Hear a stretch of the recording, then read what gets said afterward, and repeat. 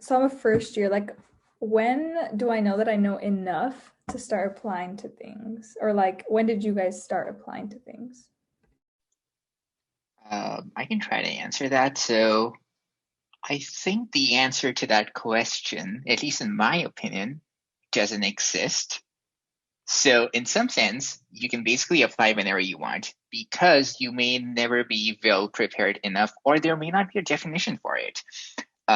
So what I would encourage you to do is um, just try to focus on the experiences that you may have had, let's say outside the classroom, or any practical experiences, and try building your resume and LinkedIn, and then just apply as soon as you can. Because that is going to potentially help you land opportunities relatively earlier. And as you may kind of get interviews, that may also incentivize you to also start preparing for them, because then if you'll be having interviews, you will be incentivized to prepare for them. So in some sense, uh, I'm not exactly sure if there's like a time by which anyone can kind of determine how prepared they are. I feel like it's a continuous process. And I feel like the sooner you start, the better it is.